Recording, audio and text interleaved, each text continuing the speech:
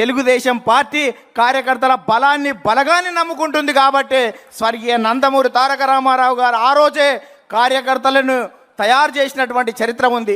కార్యకర్తలకు అధ్యయనం, శిక్షణ, క్రమశిక్షణ, సేవాభావం, సేవనిరతి రాజకీయాలలో తీసుకొచ్చినటువంటి చరిత్ర స్వర్గీయ నందమూరి తారక రామారావు గారిది. అందుకనే కార్యకర్తలనే నాయకులుగా తయారు చేసినటువంటి చరిత్ర స్వర్గీయ నందమూరి తారక రామారావు. అందుకనే దొరలు, భూస్వాములు, ఆసాములు, జమీందారులు, జాగీర్దారులు, దేశ్ముఖులు, దేశపాండేలకు వ్యతిరేకంగా కార్యకర్తలనే నాయకులుగా తయారు చేసిన చరిత్ర ఈ తెలుగుదేశం పార్టీదని సందర్భంగా మనవి చేస్తున్నా.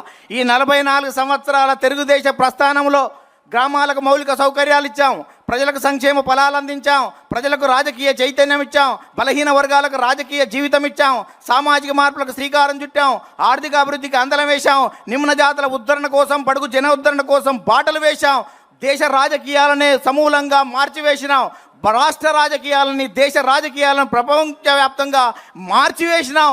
ఇవాళ ప్రధానమంత్రుల, రాష్ట్రపతి ఎన్నికల్లో ప్రధానమైనటువంటి భూమికను పోషించాం. అందుకనే తెలుగుదేశం పార్టీ ప్రపంచవ్యాప్తంగా అనేక దేశాల్లో జెండా ఎత్తి తెలుగువాడి ఆత్మగౌరవాన్ని పాటించినటువంటి చరిత్ర మనది అని సందర్భంగా గుర్తు చేస్తున్నా.